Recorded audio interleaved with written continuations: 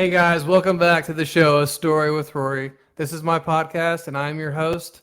And tonight we have a very special guest with us named Steve from the USA who has a Bigfoot encounter story, and it sounds pretty interesting. So, Steve, it's great to have you on the show. And go ahead and introduce yourself, and just start with the beginning on I guess how all this happened. Sure. Well, appreciate you having me on, for one. And I reckon the best way to start this, before you go ahead, is I was your typical non-believer. I didn't believe in these creatures. And I always thought I was the nose to the ground, grindstone type person, just never believed in anything like this. But evidently, sometimes nature has a way of slapping you in the face. that there's things that are real, and I'm going on 67, and so I've been around a while. Just a couple of years ago, retired from law enforcement, my career in law enforcement, but this happened back when I was in the military back in the 70s. I was transferred from PCS from Fort Benning, Georgia, to Fort Polk, Louisiana. And I was attached to 1st and 61st Infantry Battalion, and they were activating that again back in 75. I had a girlfriend that she lived on a family farmhouse outside of Camden, Arkansas. It was kind of between Camden and Falk, Arkansas, that area there. About 4-hour drive for me from Fort Polk. And so on weekends, I'd run up there and, stay with her and the family and everything. They had this farm was way out there, about pretty far out there in the woods. It was probably about 2 or 3 miles from the next farm. And it's a 250-acre farm. And I got to know it well because I helped her daddy out there go ahead and, tend to the cattle and the hogs and build fence and such. I love that kind of thing. So, Right. It was really a getaway for me. And, on the military on weekends when you're off and you leave compound, it's best to, because if you're off and they need detail, guess who they're going to find? The first person in the post, from the pick. So I myself scared. So I ran up there, and I loved it up there. If you ever been to Arkansas, around Arkansas, it's just beautiful. Lots of woods, mountains, hills. I mean, just bluffs. Lakes. It's really gorgeous up there. Oh yeah. I loved it. And so I weekends I'd hightail it up there, and her granny could cook. We're talking about old country fried chicken, taters. You name it, she'd make it. And son, I'd hurt myself. You hear me? So it was just great, good country cooking. And she was about 70. Her granny was, and old Pentecostal gal. And in any case, this one particular Friday night, kind of what I want to try to do here, because this has been over 45 years ago. So what I try to do is, on the other podcast I was on, is try to paint the picture and bring you back there with me. Mm-hmm. So, and listeners can understand by a picture in your mind of what I went through, what happened, and what experienced. This one particular Friday night, it's about 9:30 at night, we just finished supper. And so her granny was in the kitchen washing dishes, and the rest of us was in the den watching TV. And I say the rest of us, it was me and my girlfriend, her mama, her daddy, and then her 2 brothers. And we were sitting there, and it was just an old country home, an old farmhouse. Creek when you walk, it was up on Powens because we lived not too far from a river. So they had it up on Powens. And anyway, Granny screamed. She screamed, bloody murder. It startled us. So we all jumped up around to see about her. Mm-hmm. And we ran down the hallway, and I was the first one. I was the lead hand there. And I went ahead and got there, and when I first got to the corridor of the kitchen, I ran in, and all of a sudden I almost couldn't flip over her. She was sitting on the floor. And Granny's on the floor. She's pointing up at the window over the sink, and she's just white-faced. I mean, big eyes, scared to death. And she's yelling, "I seen it again, I seen it again." Well, when she yelled that, of course, me, not knowing what in the world's they're talking about, what's going on, I'm thinking it's her intruder. Someone looking in who scared her. So that's all I ran on. Her daddy, or my girlfriend's daddy, her brothers knew exactly what it was that had been around before. Hence why she said, "I seen it again." Mm-hmm. I didn't pick up on it yet, and I was left in the dark. No one told me anything. I'm thinking still it's the truth.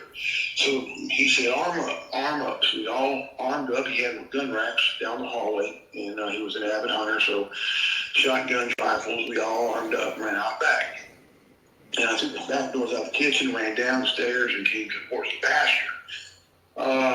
Now, again, like I said before, it's a 250-acre farm, so it's, pretty big. Right.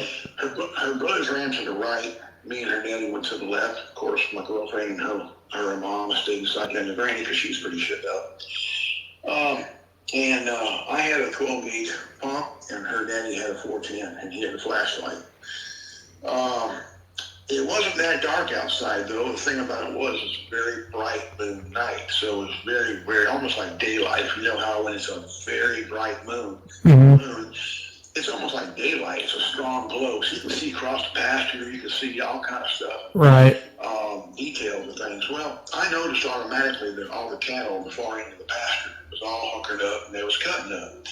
Well, that's reminiscence of, a predator in about, so I, didn't think nothing about that. It could have been a panther, bobcat, who knew what, coyote.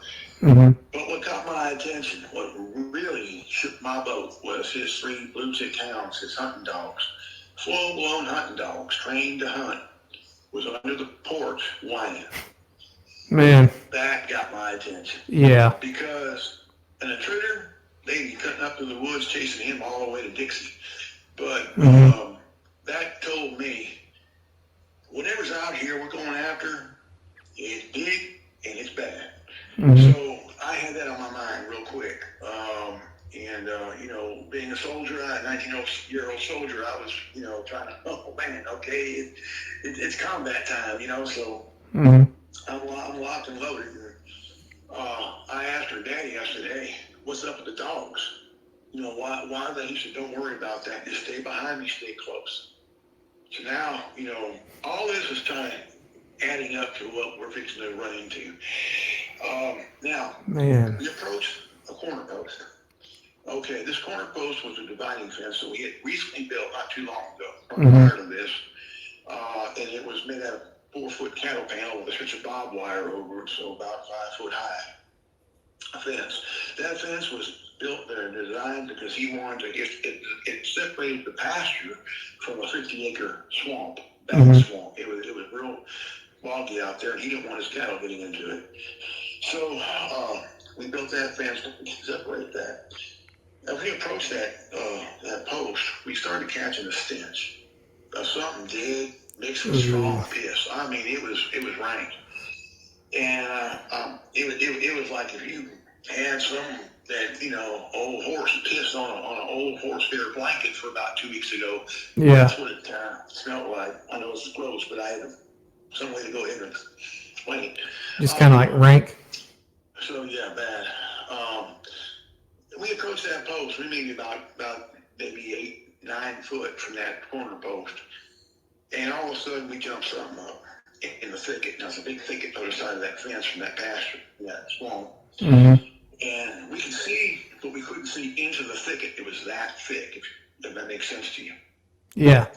But whatever it was, it sounded like a 3,000-pound rhino just twisting and turning and burning inside those things, breaking limbs and making all kind of racket. Dang. And then all of a sudden, at this point, at this very point right here, the hair on the back of my neck stands up, even though it's been over 45 years. At this point, everything I was taught to believe existed and was real and true in public school came to a screeching damn halt. I bet. This thing jumps the fence from that thicket into the open pasture. It landed on the ground in the pasture, not 25 foot in front of us. We measured it. We pulled a recon the next morning, and we measured everything. So we're about 25 foot from where this thing landed in there. It was squatted down, and it stood up. And when this all happened in a matter of about 25 seconds, what I'm telling you. I'm just slowing it down for y'all to understand. Right. It stood up, and it looked like it took forever to stand up. It had to be every bit of 8 foot tall. I'm 6 foot. This thing towered over me at least a couple foot higher. Right. It was big, it was huge, and it was massive. The first thing in my mind, and my mind's going 100,000 miles an hour, understand, trying to figure out what I'm looking at. Right. And process this. And the first thing I'm thinking is a bear. But I've seen many bear. This is no bear. Number one, a bear, and that's standing at flank of us. I want you to understand, it's standing flank of us, not looking straight at us. Right. Flank of us. All right, so we're getting a perfect profile of this thing in the moonlight. So it's, it had a man's profile. The best way I can describe it. A bear has a snout. This didn't have a snout. It was a man's profile, a huge man's profile. Okay, it had almost no neck. Now, here's the difference between a bear and the main difference between a bear and a man. A bear's got sloped shoulders. You ever seen a bear? Whether it's a black bear, grizzly bear, they have sloped shoulders. Right. Okay, it's the way they're designed. This thing didn't have sloped shoulders. It had massive, broad shoulders. Very massive, broad shoulders. And I had huge, the arms were down, the hands were almost to its knees, standing straight up. So they were longer arms than a human. Dang. Big, huge hands, covered in hair, long, dark hair. Now, I can't tell you if it was black or dark brown because we were in the moonlight. It was bright, still, it was dark. I couldn't tell you exactly, the hair was dark. I couldn't tell you exactly, but it was dark brown or black. Long, shaggy. Anyway, after it stood up and it was flank of us, like I said, it never looked at us. Then it ran. It ran from us, and it ran across the pasture away from us. That's the only reason why we didn't open fire. If it had tried to aggress us or attack us, we would have emptied our weapons. But of course, that wouldn't have been no good, something that big. That we would have been dead. Because it had to weigh every bit of 7, maybe 800 pounds. It was huge. It ran away from us. And as it ran from us, I'm like in shock still, thinking, what in the world am I looking at? What is this?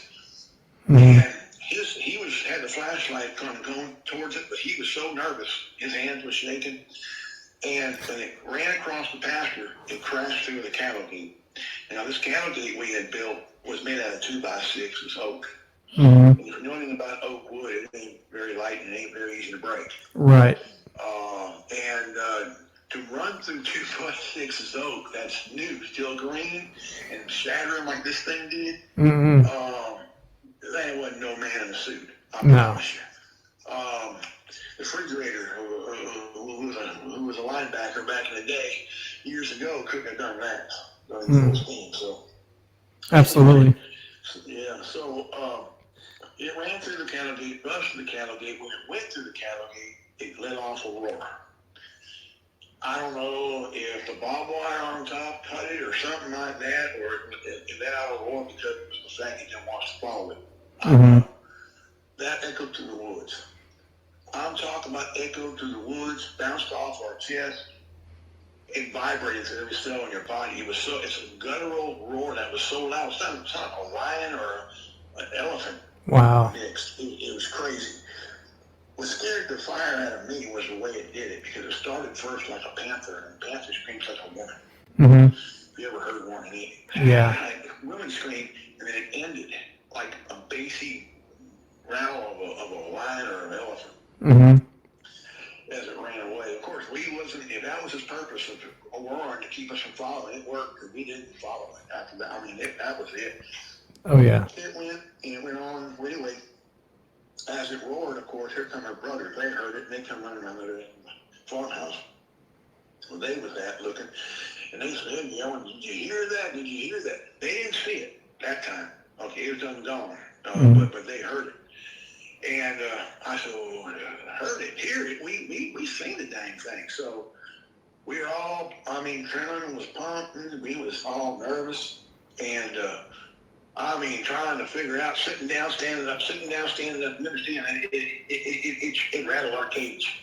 Man. And her daddy had seen it before, but he was just beside himself. And he sat down and he almost cried. He said, Steve, I don't know what to do. He said, how in the hell did I protect my family from something like this? He comes around every once in a while. He says, it never tried to attack anybody. That was the first damage he did, was run into the cattle gate. Mm-hmm.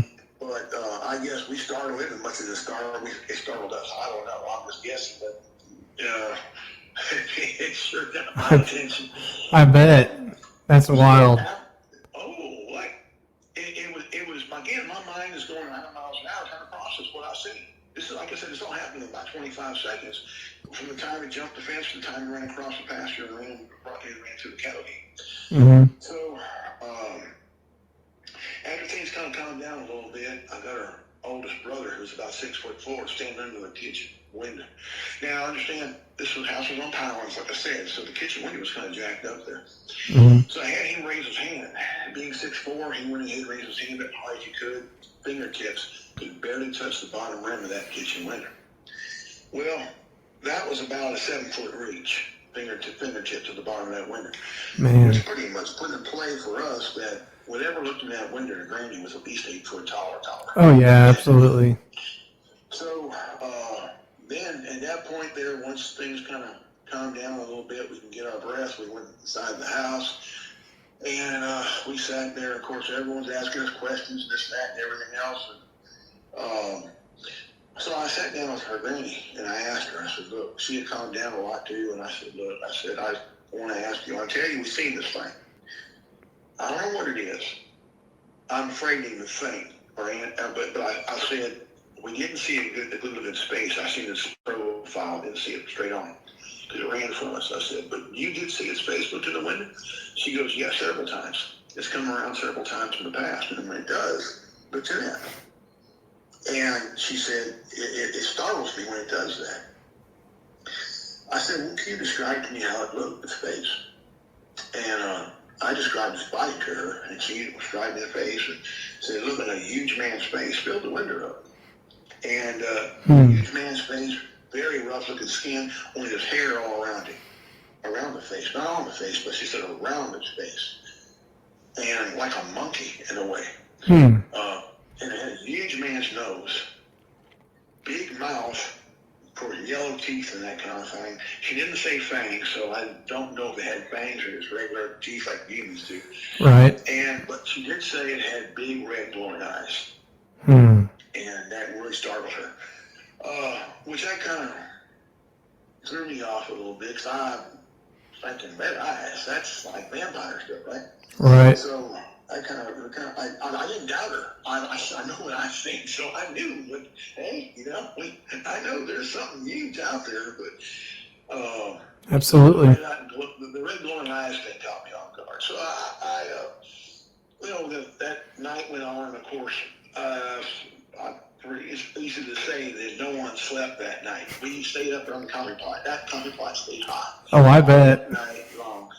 We were just, my nerves were shot. We were all just, everyone was pacing, just trying to figure out. They were trying to figure out how to keep it away from the house. I'm trying to figure out what the hell I saw. Right. I looked at. So that's where we were all at. And man, so I asked him. I said, look, I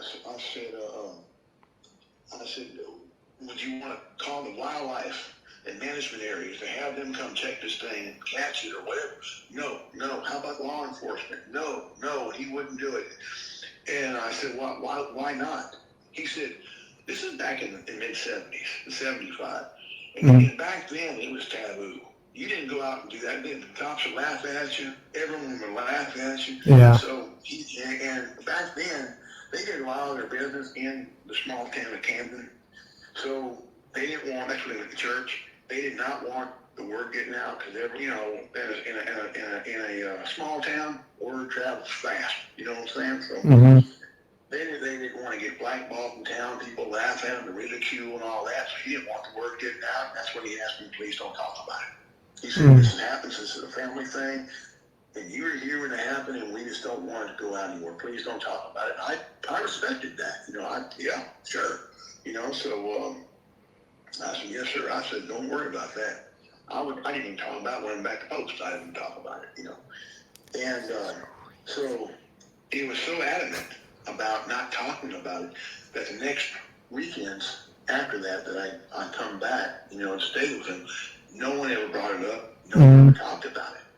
That's how adamant it was about, not wanting to even bring it up. Now, the next several weekends that I went there, stayed with them, we never saw it again while I was there. I can't speak for the weekdays when I wasn't there. If it came around, and they probably wouldn't tell me if it did because they don't like talking about it. But nevertheless, the next several weekends I went there, stayed, never seen it. I knew it didn't happen again. And we didn't talk about it while I was there.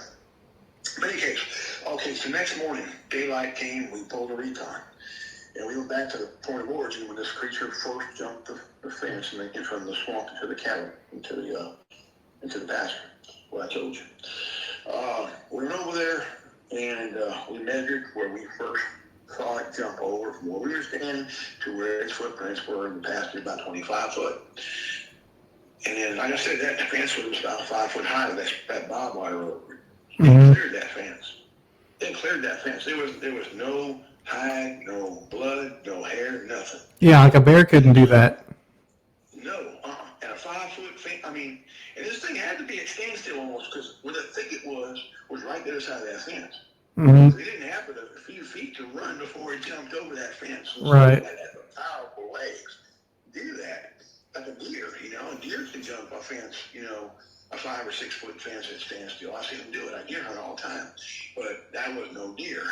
And deer can't run on 2 feet.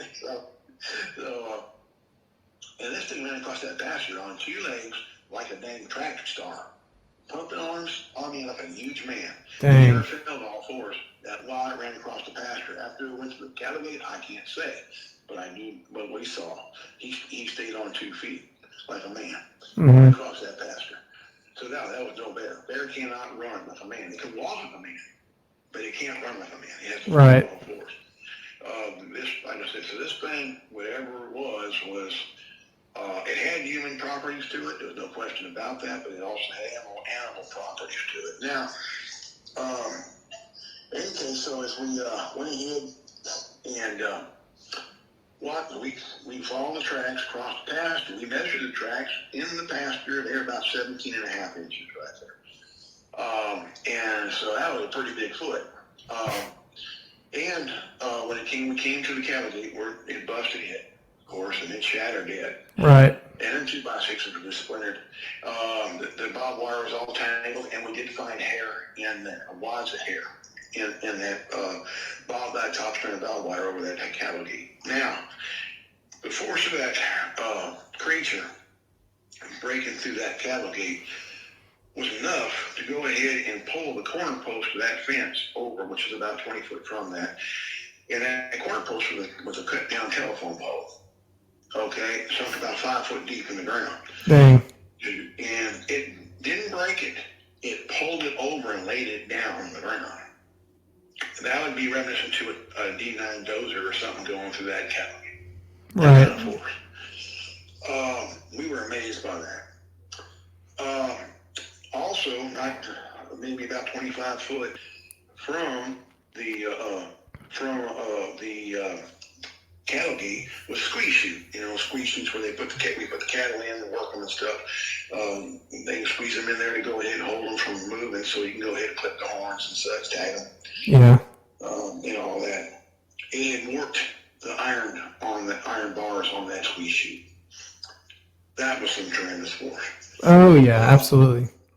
Yeah, and so then after that, of course, as it went out from there, from the pasture into the woods, it was just a winding and entangled sawtooth riders, thick sawtooth riders. And you know how long those are, those storms there, long, look at you. We call them wait a minute vines in the military. Yeah. Because when I was overseas and you run into those things over there, they grab a hold of you and they say, wait a minute, you ain't going nowhere. So like giant thorns on them and stuff.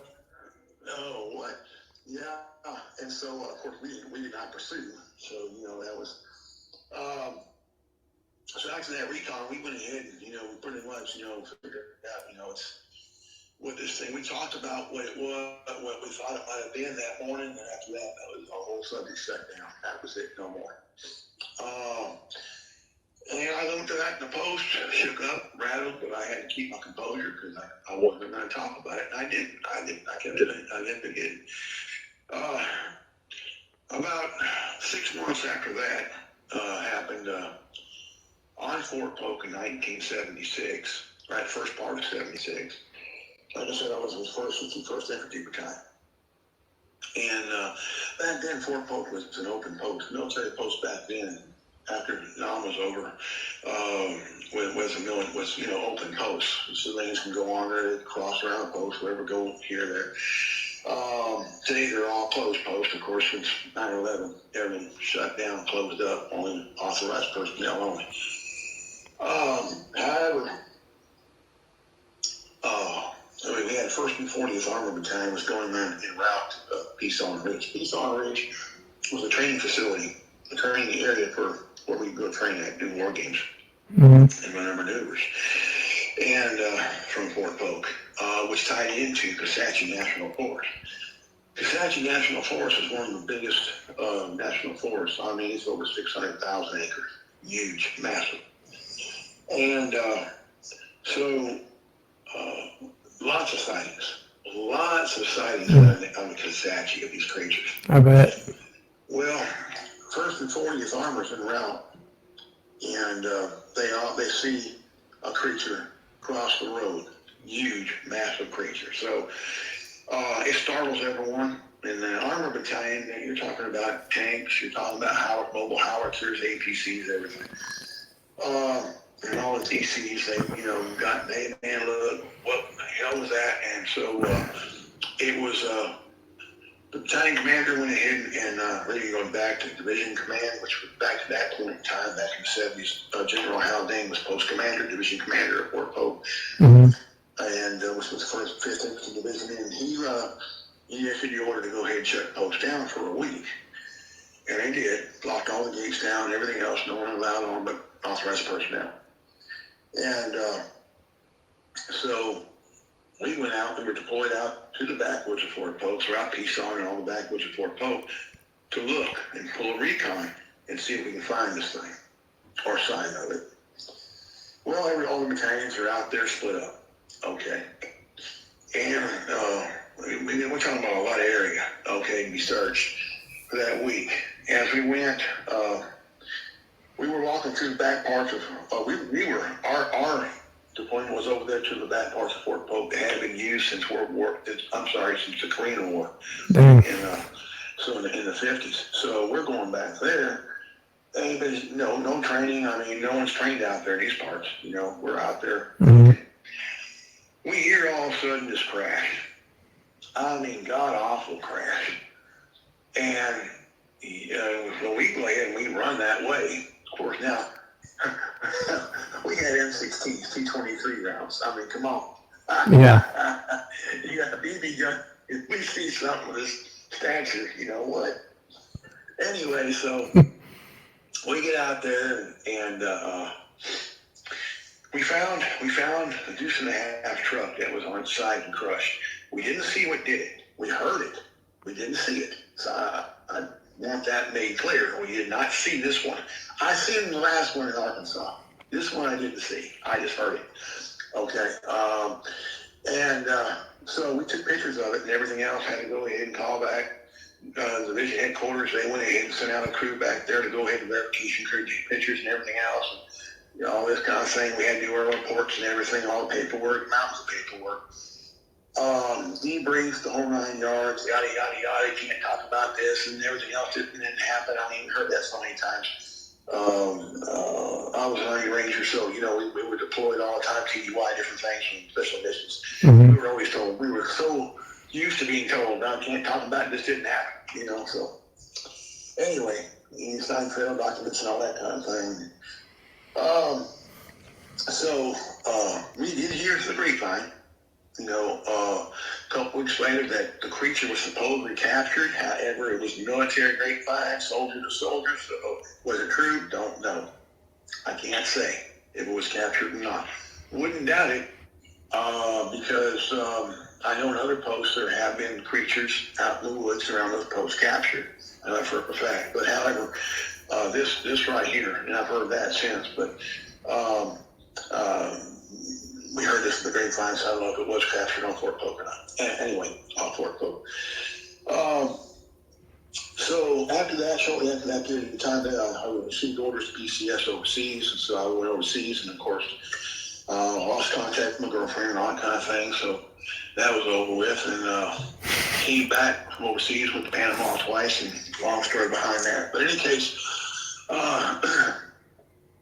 came back and never talked about this. I came out of the military back in '81.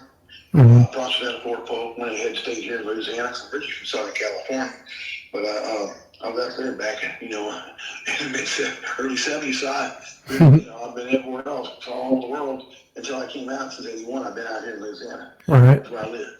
And came out. I met my wife in '83, and we got married. We moved out here, way out here in the woods, outside of a town called Maryville, which is right on the Louisiana-Texas border. And small town, about 500 people. There ain't but 6 houses on the hill I live on, because we live about 5 miles off the blacktop, off the road. And there's 6 houses on this hill right here, and then out my back door is 6.5 miles to the next house in the woods. We live way out here. Damn. I have hunted in here, deer hunted, hog hunted, squirrel hunted, out in these woods out here for the last 40-some years. I've never seen a creature out here. Never. I wish I could tell you I have. People ask me all the time, man, you live out there in Bigfoot country. You ought to get with us. I've never seen it out here. The only one I ever seen personally was one in Arkansas. Of course, what happened. I didn't see it, but heard it out of Fort Polk. But as far as seeing one out here in the woods, never. Now, I have lots of friends of mine and family members that have seen them out in these areas here, and lots of swamps out here, swampy bayous, everything else. So, it's the Sabine River isn't 12 miles from my house in the Sabine. Of course, there's all kind of sightings that are reported on the Sabine. Let me ask you. Texas area, so. Let me ask you a question. So when your family members, besides, and I guess you too, did you guys hear the sounds and everything, and then Bigfoot came, or was it just like a complete silent type deal where you just heard branches breaking, and then he was there, In Arkansas? Mm-hmm. Yeah. We didn't. He made no vocalizations whatsoever while he was in that thicket. It was just hearing them lemons break. It was just, I don't know how to describe this, a rhino turning around in the thicket, man. Right. It's all you hear. And then all of a sudden he jumped that fence. That'd be wild. So he didn't vocalize until he broke through the cattle gate once he ran across the pasture. Okay. And that was it. But that was enough for me. I've been asked by several people, why, you want to see one again? You want to be a Bigfoot hunter? No. I have no desire to see one again. Right. That's not what I want to do. That was a one-time experience for me as far as seeing one physically, and I do not want to see one again. People ask me, why don't you go in the backwoods and go out behind your house and do tree knocks and stuff? I do not want to see one again. And I think about it, every time I go in the woods when I hunt. I have to go out by myself. Think about it. It's on my mind. Yeah. What if I do see one? But I haven't. I just haven't. Now, I will tell you this. My wife, she's never seen one before, but we've been married. We just celebrated our 40th anniversary. So she told me, not even, it's about 3 months ago. And I was outside. And I heard this too. But I was towards the front. She heard it towards the back of the house. Mm-hmm. We heard, and right at dusk, she heard a whoop, whoop type of sound in the backyard, in the backwoods. And I didn't know about it. So I heard something, but I didn't know what it was. It didn't sound like a hoot owl. Didn't sound like anything I'd heard before. But I was so busy tied up what I was doing that I didn't think about it. When I came in the house to get a break, and she told me, she goes, I heard something outside. Did you hear it? I said, well, come to think about it, I did, but I didn't think twice about it. She goes, well, I never heard something. I never heard that before in my life. That whoop sound. It sounded very, spooky. And, of course, that was the only time we ever heard that. Now, I'm not saying it was a Bigfoot. I don't know what it was. It could have been not. I don't know. But she heard it this time. It kind of spooked her. But in any case, I did not talk about this event for, many, many, many, many years. Kept it inside me. Even in my career in law enforcement, never talked about it. And just kept it to myself. Until one day, not too long ago, my wife's uncle and me, of course, best hunting buddies. He was, of course, he was in his 70s, and his name was Lewis Gill. Great guy, old country fella. Reminded me of Jid Clampett. I mean, looked just like him, only about a foot shorter. Anyway, we hunted together for years, out in those woods. Well, one particular day, I had asked him, I said, Uncle Lewis, I said, how about, we go out to Anacocha Swamp, which is about 12 miles from here. And he said, no, I don't like to go over there. And I thought maybe because of the terrain.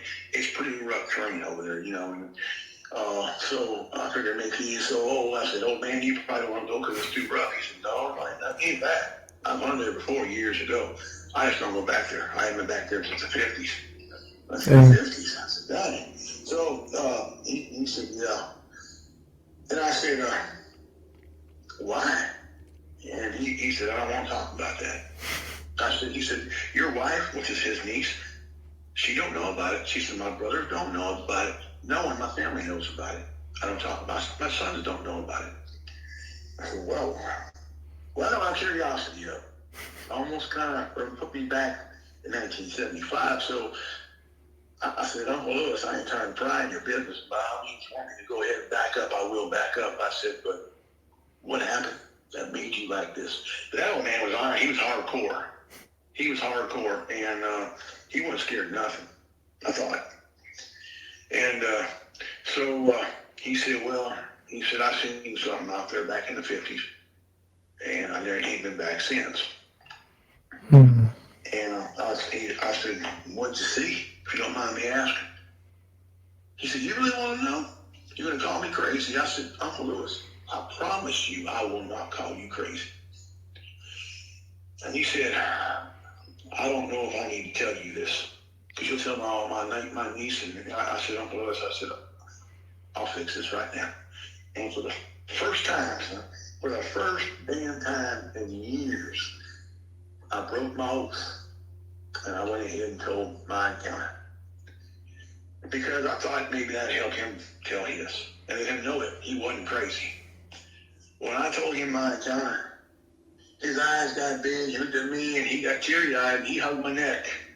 He said, I don't know. I guess I'm not crazy. I said, no, Uncle Lewis, you're not crazy.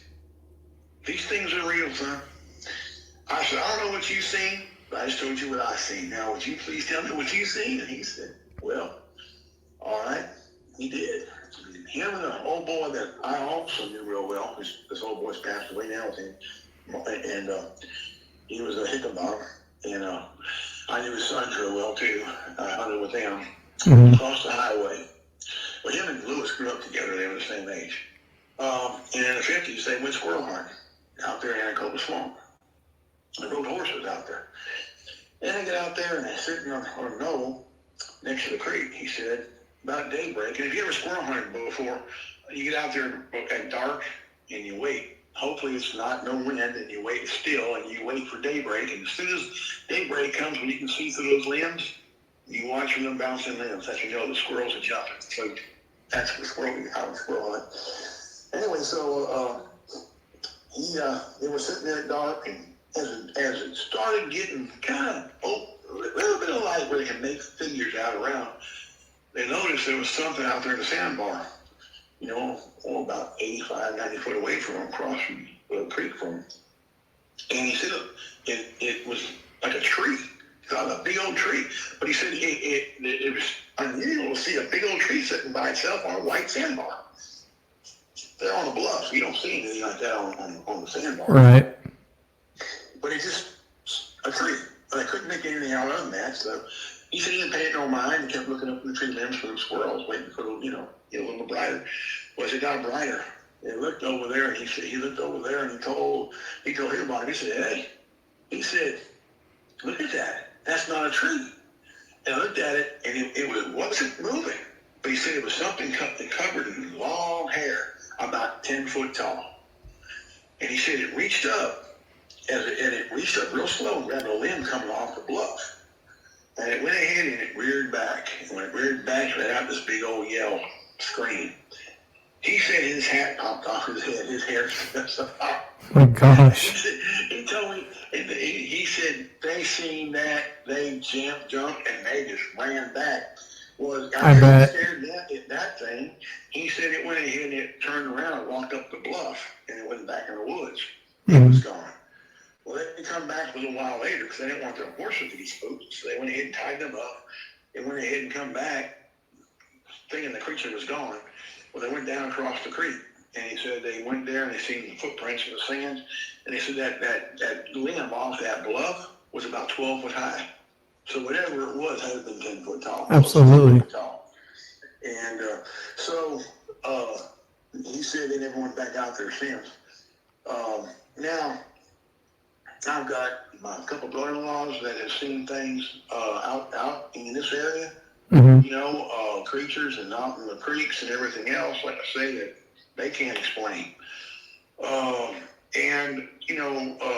Like I said, many sightings out there throughout Louisiana. Everyone heard of the Honey Island Monster, which is down south of Louisiana, and it's like a Bigfoot type creature that's been seen many times. They call it, in fact, the old Cajuns out there call it coneheads. That's what they call them, coneheads. They see them so much out there. And then there's sightings, like I said, all through Coxsackie and Sabine area, all the way up north. Of course, where I'm at right now in Louisiana, in the southwest Louisiana, ain't but 3.5 hours from South Arkansas, which is the Buggy Creek area.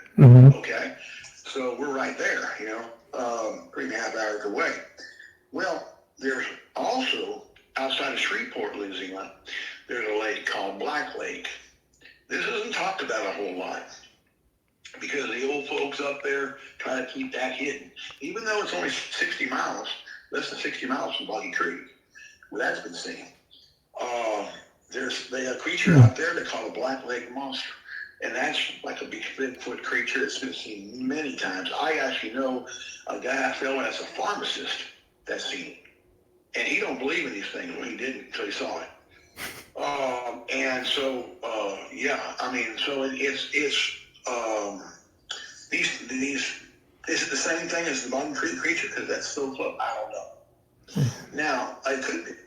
They do migrate. A few years ago, after I came forward, after her uncle told me his story, and I told him my story and all that kind of thing. Of course, then at that point in time, I opened up and told my wife and my kids, both my sons, and my wife about it and everything. So, it kind of, just like the cat out the bag. And I did. Well, my oldest son, he lives out in Tennessee, and he plays in a band out there, big in music and everything else. And he knows a fellow named Lyle Blackburn, who plays music also, but also is a big researcher into these Bigfoot creatures. Well, so I got contacted by a podcast to go ahead and which was Bigfoot influencers. And I did a podcast with them, and then I got called by a fellow for Sasquatch Theory on YouTube, and did a podcast with him, and then I got contacted by a couple others and got with them, and I said, this is a great therapy for me to get it off my chest. It felt so good after all the years of going ahead and keeping it hidden and boxed inside. But then at that point, I became on a mission, and my mission was being my background's in military and law enforcement is to go ahead and encourage other people, not just in law enforcement or military, but of all walks of life, other people, regardless of their, their work ethic, or their employment, is to go ahead and come forward with their encounters. Mm-hmm. Them come forward with their encounters. Because I know how hard it was for me and for my wife's uncle. So that's why I'm on a mission to do that. And I didn't realize the power behind that. I didn't until I doing Sasquatch Theory podcast. And about 4 or 5 months after I did that podcast, the old boy called me up. He said, "Hey, you got all kind of messages. You need to go ahead and people contact you and everything else." He said, "But just in 5 months," he said, "he's already got 244,000 views." Wow. So I was like, "What? Me? I wouldn't figure I'd have 244. Right. 44,000. Well, I had a lot of messages to answer, so I did. I mean, just thank you for sharing this, and I can't wait to go ahead and I want to share mine. And encourage me to do that, and that made it worth it to me. Hey, that's what it's all about. That's what I'm trying to do here. People are so afraid of ridicule and everything else. They don't want to talk about it. They don't, and so it's kind of like in this realm here. If you ever been in a meeting before, being in a church or being in a business meeting or what have you, and you're in a meeting with lots of people, and the speaker asks a question, anybody ever, had this, whatever, or thinking about this or whatever, and everyone looks. You want to raise your hand, but you don't want to be the first one. So you look. And when someone raises their hand and they do it, then you kind of raise your hand, next one raises their hand. You know what I'm saying? Breaks the ice. Mm-hmm. So that's kind of like what I figure I'm trying to do here is be one of the icebreakers. Mm-hmm. Okay? Not the icebreaker because there's many before me, but I'm talking about one of the icebreakers. Right. To come forward and kind of help others. Okay, look, these guys can go ahead and come forward. I can't too. And of course, you and me both being have background in law enforcement. I know some law enforcement officers that I just can come forward with theirs if they decide they want to. I mean, some of them think, well, it might hurt their career, that kind of thing. There's too many people saying these things now. Mm-hmm. To go ahead, I think it's becoming more and more. I've been asked by lots of people about, the Pat Grimm film that came out back in '67. Well, of course, as old as I am, I'm almost 67 right now. I was born in the 50s. I was around back then and living in Southern California, like I said. One of my best friends I grew up with, named was Steve Fiumano. His dad was the head editor of Universal Studios out there in L.A. in Southern California. And so he'd bring home movies all the time before they'd come out. And we'd get a chance to all the kids in the neighborhood get to go over there and watch them, and everything else. Well, so we was over his house one day in '68. And I never forgot this. We were sitting out over there. And me and Steve were just kind of, we're like 10 years old, 11 years old, and we're just talking about this and that. And his dad was at the kitchen table. Other end of the kitchen table talking to a friend of his. And they were talking about that film. And his friend was, "Oh, man, some guy in a suit." That's all it was. Well, Steve's dad, being chief editor of Universal Studios, one of the most prominent studios in the world, for Hollywood, Right. He worked, that was his job, was to work in editing and also in special effects. And he shook his head. He said, He said, "There wasn't no guy in a suit." He said, "There is nothing we have right now that would be anything remotely close to that. They can do anything like that." And this is coming from an expert now. Right. In the field. And I never forgot that. So I brought that to one guy's attention. I said, "Let me tell you." I said, "I heard this from the horse's mouth, the guy who works in the field, but you can look at that and see it is not fake. I mean, my goodness, it's But anyway, and it looks very similar to what I see. So I can, but in any case, so there's, lots of things. And what we do is life. Life is nothing more than an accumulation of memories and experiences. So that's what we do, is we share our memories and experiences and to help others go ahead and learn from it and everything else. and developing. That's what I've learned over the last several years is, to share my memories and experiences is what I do. And I've had people before, oh man, like, I just don't believe. That's fine. That's your prerogative. And I'm not going to, hey, that's you. That's fine. Right. I didn't believe in these things either. I wore your shoes once. I didn't believe in them either until I seen one. Right. And that changed my whole perspective. I can't deny what I saw. And so, you can call it a Bigfoot, you can call it a Sasquatch, you can call it a clown, whatever you want to call it. Whatever it is, it's something that ain't supposed to be, but it is. And now, I look. People ask me all the time, well, how come, trail cams aren't catching these things? They avoid trail cams. How come satellite imaging and such? Well, here's the answer for that question. It's more of a question to answer that question. They just recently went in and discovered something called the Tasmanian tiger. If you heard of that, I haven't yet. In the last few years, they discovered what's called the Tasmanian tiger. Prior to the last few years, it was thought to be myth. Never existed. And if you said you seen it, you was on drugs. You was drunk. That thing don't exist. It's kind of a half wolf, half tiger. That's what it is. Okay, mix. And they just recently discovered it. How did they avoid those trail cams and satellite imaging all those years, the last 25, 30 years? How did they, so if it's avoided them all in years, what other creatures are? Right. And, so that's what, my answer to that is right there. I'm not, I'm just kind of putting out possibilities in these things. I can't answer everything. I do believe these creatures are part human. I'm not saying they're all human. They're part human, they're part animal. Mm-hmm. Then you got the perfect mix, if you understand that. You got an animal with a sense of human intel. Well, that tells me he can recognize trail cams, how to avoid those things. Right. The red eye type of thing, I got an answer for that too.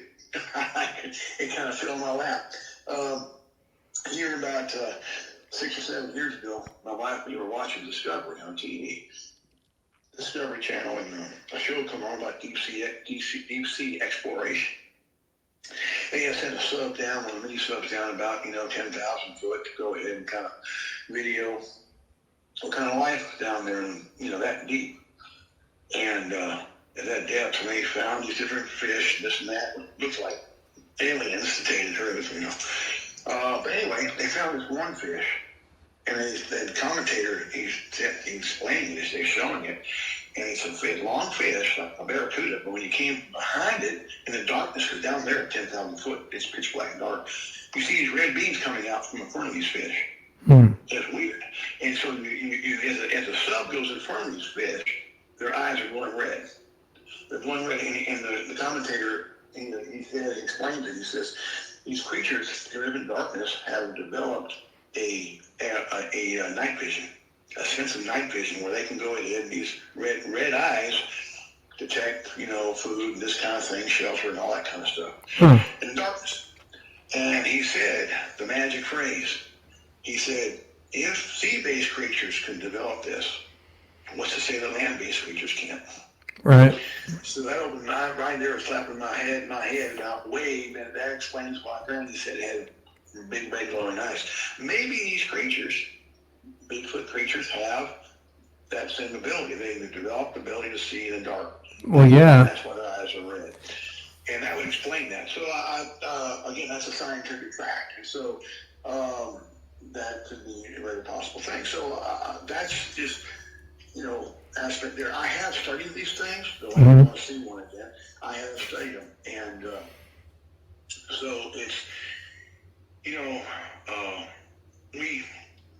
I drive up to Shreveport a lot, and as I drive to Shreveport, we take Highway 117 out of Leesville, which is 45 miles of nothing but right to the center or right to the middle of parts of Cassash National Forest. And it's 45 miles of country road.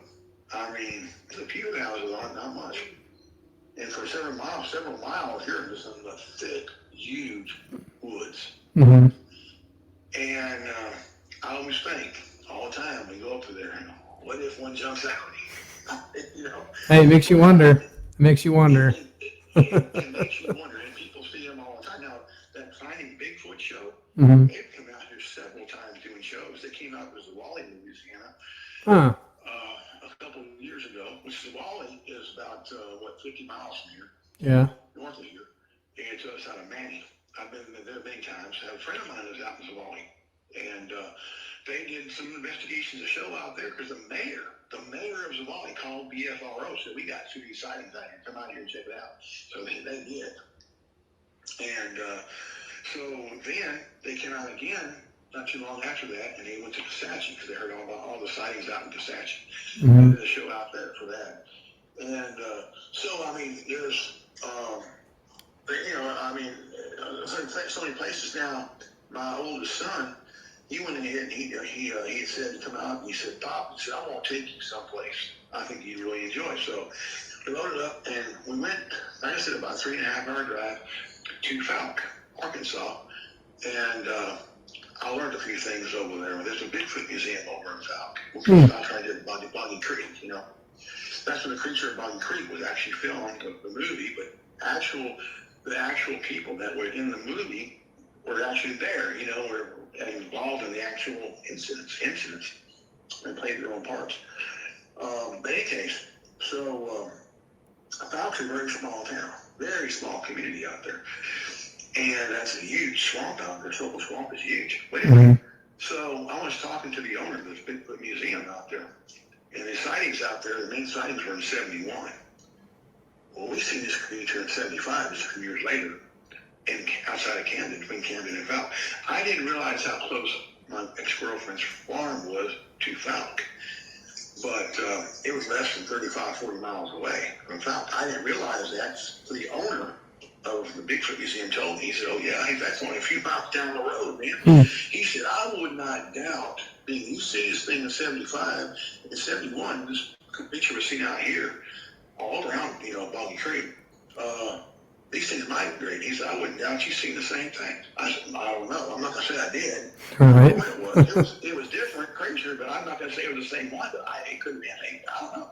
Yeah, because he knows how many there are total, so there could be a lot. Yeah, it could be, and I'm not really familiar with that area up around Falk, just for being there, you know, a few times I have. But yeah, it's pretty, you know. So you're looking at a lot of,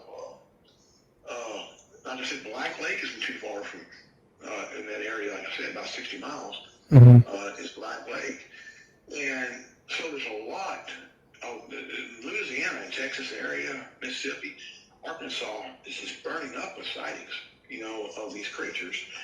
And so as folks talk about it out in the Pacific Northwest, people out here starting to see these things too.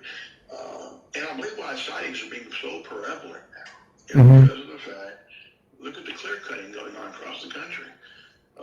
These woodcutters are going out there, of course, being assigned to go out there, and they're clear cutting all the land. And, you know, 100 years ago, when these woodcutters would go out there and in the piney woods and go ahead and cut, it would take them, you know, just with hatchets and such and the hand saws they had, it would take them, you know, about 6 months to go ahead and cut 20 acres. Today, with today's high technical equipment they got today and everything else, and you got snips and you got all these other things, and power saws and everything else, they can clear 100 acres in about 6 weeks. Right. So they're clear cutting all. And I mean, as I go across Louisiana, where it used to be acres and acres of woods, and now it's from the clear cut fields. So I think it sounds like they're kind of running these creatures out of their habitat. That's why there have been so many sightings. You know? Right. That's my 2 cents. I could be wrong. I'm just giving my 2 cents on that. But, you know, I'm going to shut up and you ask some questions. I mean, that's both of those stories. Well, the one first where you saw the Bigfoot with your family, that was pretty incredible, you know. And everything that you tell me basically lines up with other stories that I've heard or things that I've watched, documentaries and stuff like that on TV. Very Bigfoot characteristic, like whenever, you know, like um, poles getting pulled out of the ground without breaking it, stuff like that. Something with like tremendous amounts of force being done effortlessly. Yeah, those are all like attributes of Bigfoot and, the way he does things. And I mean, it's just incredible, what you've seen and, what your family has seen. And, even being back in the military, that's just a lot of that stuff's just unexplainable. But then when you see it with your own eyes, you're like, I know I can match, one thing to the other.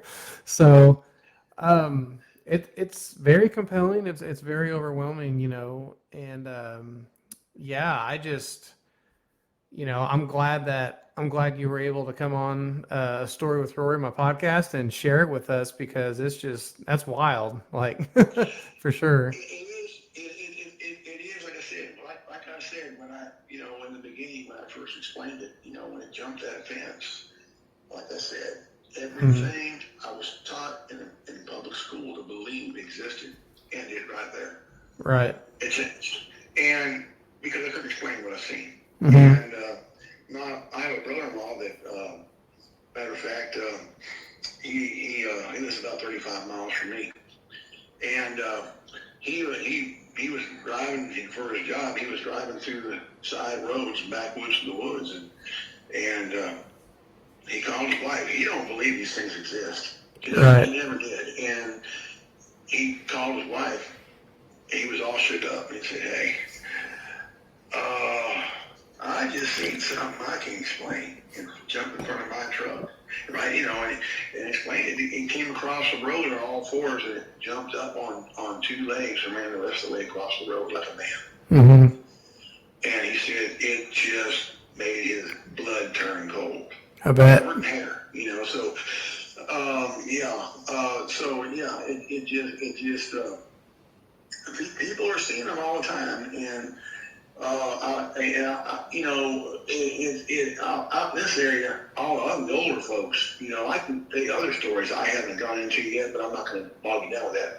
But, there's other things that just boggle in mind. Other family members told me things that they've seen, those Right. creatures, and all close to this area. Now, like I said, I've hunted these woods 40 years. I've never seen one out here.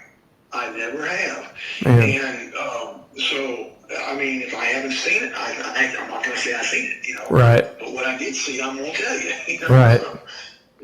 Well, yeah. I appreciate you coming on the show and doing that. I mean, we're at our hour here, so it kind of wraps us up. But I more than appreciate you having you on the show, Steve, and um, thank you very, very much because that is some of the most compelling first eyewitness evidence that I've ever heard. So I just want to thank you for that, for sure.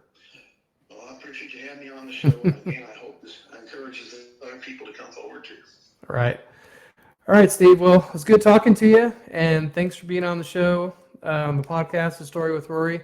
Hey, guys, thanks a lot. Thanks for tuning in. Until then, see you next time, and we're out.